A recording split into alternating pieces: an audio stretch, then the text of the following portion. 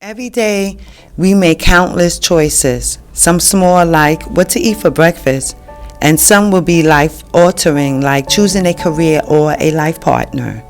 The ability to choose defines our freedom, shapes our identity, and determines our future. Life doesn't always present us with choices we like. Sometimes we find ourselves stuck between the choices that feel equally undesirable, leaving us feeling powerless, frustrated, or even trapped. But there are ways to navigate these difficult decisions with clarity and control. I never understood how we have free choice when we are not responsible for the different choices to choose from, or with most cases, we are forced to make a choice. Being forced with choices is not fair, nor should it be considered free. But I guess as long as we are able to choose, it's still a choice that has to be made, and that is what defines freedom. But I call it a forced act of choosing blindly, which will always keep us in a repetitive cycle with no informed dialogue about the choices. But I guess that's life, right?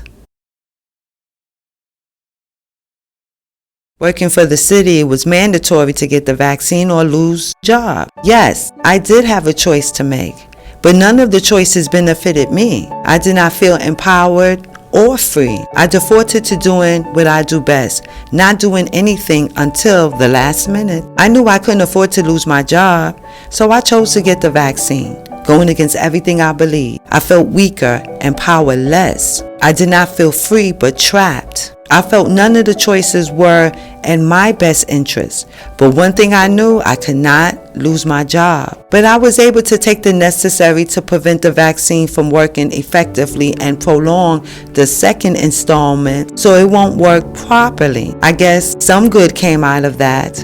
I've learned to manipulate the system that's trying to manipulate me.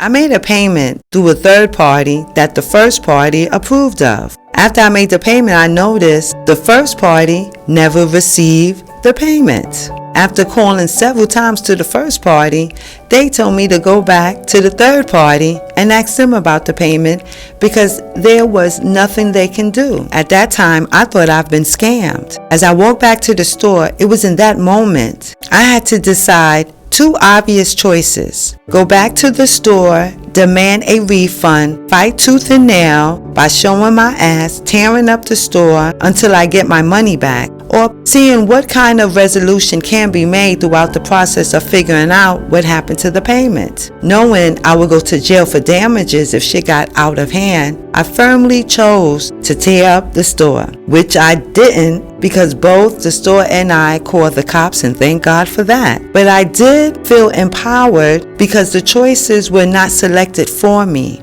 The choices were obvious and strictly out of the law, the consequences of one action or reaction. What a light bulb moment for me. It was as if time stopped and I could hear and see the voices on both sides of my shoulders evaluating my choices and deciding what I should do.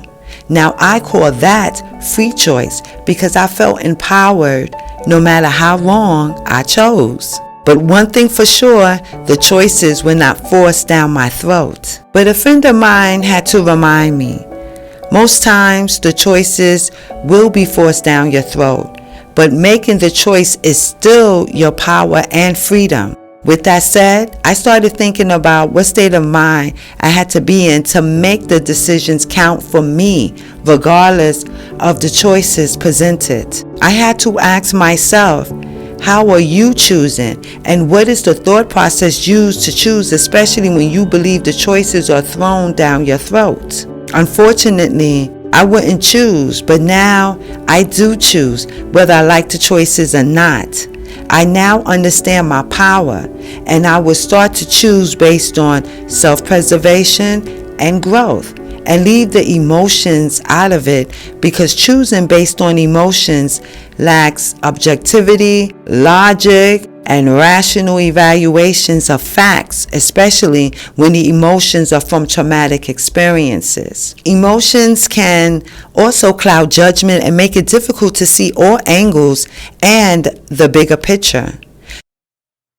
Choosing based on emotions like fear, anger, or excitement can push you into making impulsive decisions without fully evaluating your choices and the effect the choice may have on you in the long run. I made an informed choice on how I will move forward with decision making based on two perspectives. Self-preservation is one of them. The choice we make can determine survival, especially in life or death situations. For example, terminal illness. These are decisions we often wish to avoid, but sometimes they can be an inevitable part of life. The self-preservation method involves making logical and rational, fact-based decisions that align with the best possible future outcomes. By using this approach as a decision-making framework, I ensure that my choices not only support my immediate survival and well-being, but also lay the groundwork for long-term resilience. This method requires a careful balance of logic, factual analysis, and a deep understanding of both present and future needs. The second one is choosing based on growth.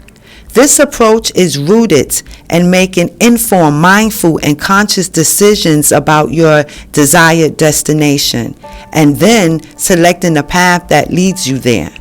When you choose based on growth, you pave the way for long-term success, resilience, and fulfillment. Ultimately, it's about identifying and narrowing down the options that best aligns with your goals and values in every aspect. It is grounded in making informed, aware, and conscious choices about where you want to go, where do you see yourself in the future, and concluding the choices that will put you there. Some choices come easy, while others carry the weight of uncertainty.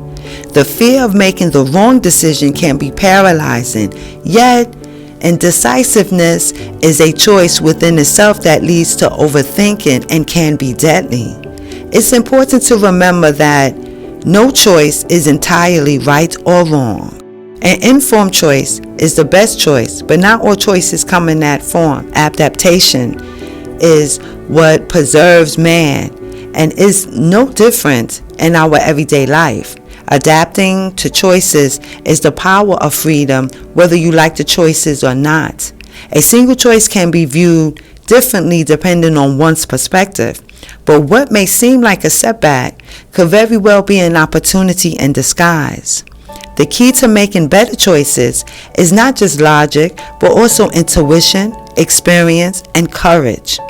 The most powerful realization is that we always have a choice, even in difficult situations, and even if we like none of the choices. We might not be able to control every circumstances we face or when the options before us seems unfavorable, but we still hold the power to decide how we react and to control our responses, opting for resilience over defeat, kindness over indifference, and growth over stagnation has the power to transform our lives.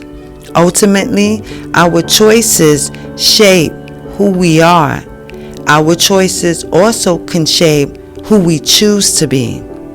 So choose thoughtfully, keeping in mind that every decision is a chance to learn and grow from, and we only get to make each choice once. So choose wisely.